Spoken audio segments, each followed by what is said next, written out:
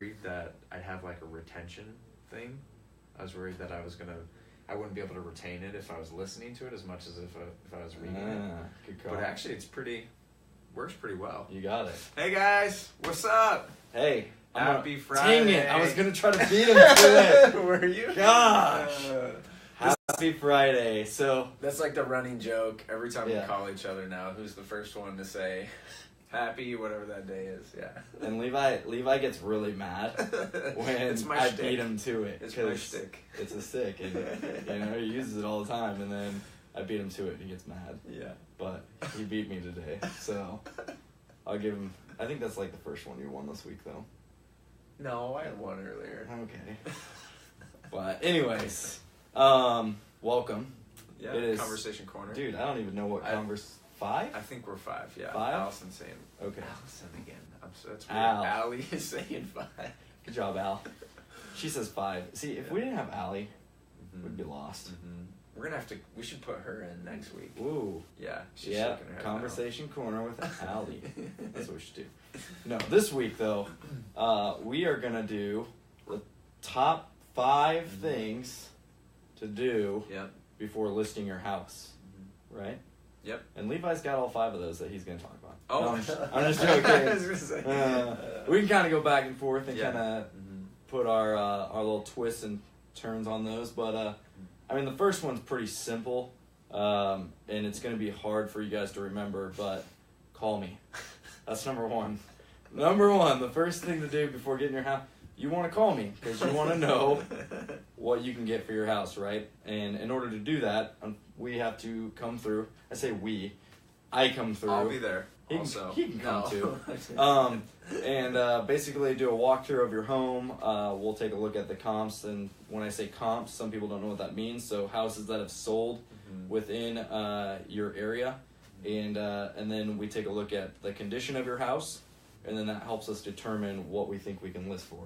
And a new thing that I'm kind of doing right now too is, believe it or not, I've kind of started doing this thing, going back and forth with some clients, which is sometimes I think there's a lot of emotional attachment to a house, right? And so some people think that, well, I think our house is worth this much, and we've done these updates, and we've done all this stuff, and I've got the comps in front of me, and I've got the condition of their house and everything else, and I'm like, yeah, I think we need to be a little bit lower. And they'll be like, no, I think we should start here.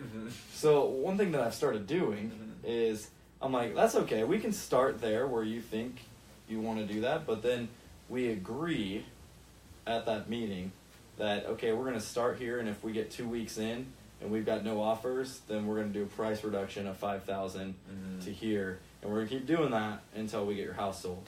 And it's actually turned out to work pretty well. Yeah. Because they're probably selling at what you originally recommended. Well, in most cases, yes, but I will say there was actually a listing that I had this last summer, and I think I suggested to come in at like 168 or something like that, and the owner was like, no, I think we want to do like 172, and I was like, okay, and I actually knew a couple people that had buyers that were working in that area, so I was like, all right, we'll start at 172, but just know that if it doesn't sell within the next couple weeks, we're going to have to do a price change. And they're like, okay, we're fine with that, but let's start here. And by golly, I called those 2 agents, and they got their people in, and we sold the house for more than 172 because we had multiple offers. Yeah. Nice. So that was kind of cool. So again, did you guys hear Ryan drop that by golly a second ago? That Hey. was money. That was money. I don't know if I say that very often, but anyways, so yeah, just know that when you're talking about list price, here's what you need to know. And I know I'm kind of going further on. Maybe this is something that we can go into more next time, but I'll just kind of give a little teaser in there. List price isn't necessarily what your house is going to sell for. List price, what I like to tell people is, it's a price that we test the market with. So we might have comps or certain houses that have sold within that area, and we might think our house is worth this much, and so we're going to start off at that, but the market is going to tell us if it's worth that much. So if you get 20 showings on the house and you got no offers, you're probably priced too high, because the market's telling you nobody that's gone into that house right now thinks that your house is worth that much, or they Mhm. would have wrote on the house already. Mhm. It's kind of if you've got no showings in Yeah. like 3 weeks, people don't even want to step foot in that house Mhm. because they think it's priced too high. So the market kind of tells you that, and it's okay to do a price reduction, because eventually what you want to do is you want to get your house sold in the fastest amount of time with the most money in your pocket. Right. And I know a lot of people think, well, shoot, I had to come down $10,000, but reality is that's what people were willing to pay for your house. Mhm. So I like to make that clear too. So it's not a bad thing. It just it lets you know that that's what your house is worth, Mhm. and that's what people are willing to pay. So besides that, we'll do another session on that. That's Okay. just a little teaser. Uh-huh. So number 2, I know the first one was really hard. It was call me. But number 2, pack up belongings and declutter. Declutter, yeah, that's Do a you- big one. Yeah. Do you I want to see- speak on that a little bit? Yeah, I mean, Okay. I think we all get settled in our homes, and especially speaking for me, busy life, all that stuff. So the time that I have when I go home, I'm usually not spending that cleaning. I'm spending it relaxing or spending it with my significant other and stuff.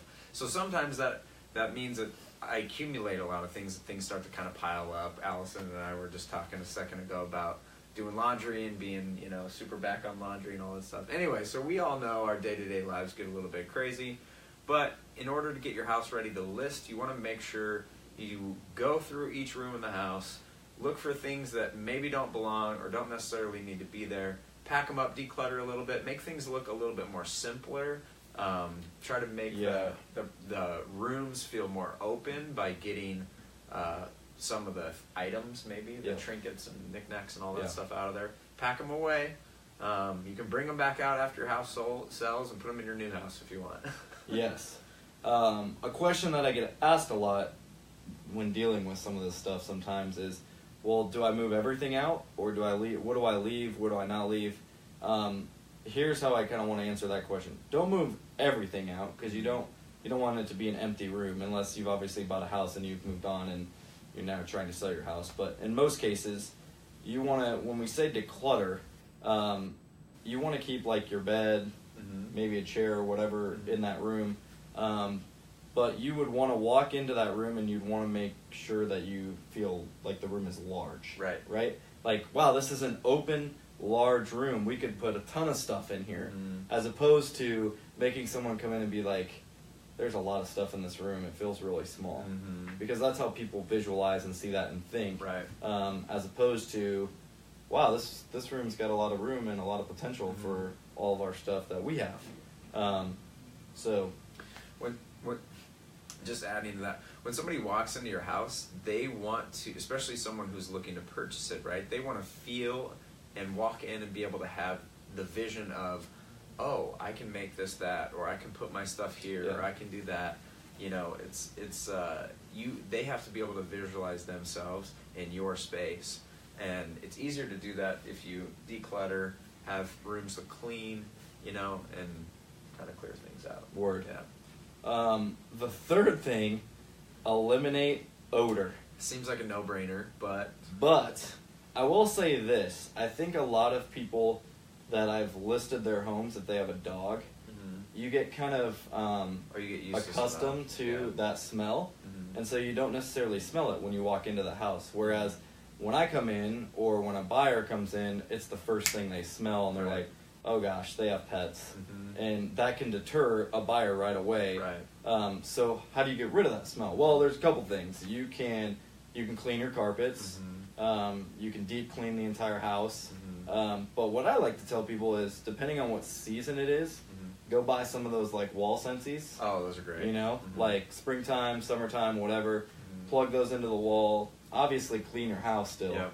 But I think that then gives that fresh aroma to the house. Mhm. I've heard some people. I've never had someone do this, but I've heard some people say that they've put cinnamon like in their furnace area. And it's like this warm, like smelly. That's a great idea. I was um, going to suggest changing the vent for Yeah. sure. Change or the filter. Yep. Change the furnace filter for sure, because a lot of times if you should be doing that anyway, depending on what type of filter it is, once a month or every 3 months typically. But definitely change that, because that return air, sometimes a lot of pet dander and hair and things will come in and get stuck on that and trapped on that. And if you're not changing them regularly, it can build up. And then all the air that's getting pumped back out through your vent is going through that filter first. So no bueno. Yeah. No bueno. Yeah, that's good. That's all good stuff. Yeah. So, again, you want your house to smell fresh and anew. Kind of like my kids love going to the car wash. Oh, yeah. And they love going to the car wash because they get that foam smell of, like, all the soap. When I come, they're like, it smells so good, Dad. So, yeah, you want that kind of reaction from buyers that, like, oh, my gosh, this house smells good when they're coming through. And then that sets the tone for some of these other things, too, that we're going to talk about. So, let's go through them again. So, first one, call me. Yep. 2, declutter. Yep. And 3, eliminate odor. Eliminate odor. And then 4 is repairs, updates. This kind of depends on kind of the price range you're in as well, but I think with any house, if there's repairs that need to be made, if you've got holes in the walls, things like that, or if you got holes in doors, make sure that you repair those doors, those types of things. Trying to think of what else that would be. Maybe Allie mentioned hardware, which I think is good. Like it's a quick fix, but sometimes can be like the one thing that people notice when they come in. Like, oh, there's brand new doorknobs and hardware on the cabinets or things like that that I think kind of stand out, which is good. Minor painting and stuff. I mean, living in a house, like things happen, right? You bump into walls or whatever. So people tend to notice that. I find that, at least in my experience as being a loan officer, a lot of my clients or a lot of buyers that I work with, when you go through houses in the occasions that I've done that with them, the things that they pick out that are concerns about the property are things that really wouldn't bother most agents, right? That's all lipstick and rouge, easy things to fix, things that you're probably going to do when you move into a house anyway, paint, little things here and there. But buyers tend to get really hung up on that stuff because that's their first impression. Those are the things that they notice. That's why it's really important to have a house that's clean, open looking, and make sure that there's no, crazy dents and all that stuff, holes in walls, things like that. Yeah. Switch plate covers. I think even kind of with that, if you have like kids and they like to put stuff like all over their walls, and hang up posters and all that kind of stuff, I would recommend taking that stuff down because, again, another person comes in there and they're like, "Oh, look at all this stuff in here." Like you don't want to have them be deterred by something that's on the wall that could have been easily taken down or whatever. Yeah. Now, if it's like a picture of Indomitian Sue or something, or Scott Frost, keep that up there because we're huge Husker fans. Go Big Red. But other than that, take it down. I mean, especially if it's like Aaron Rodgers or something.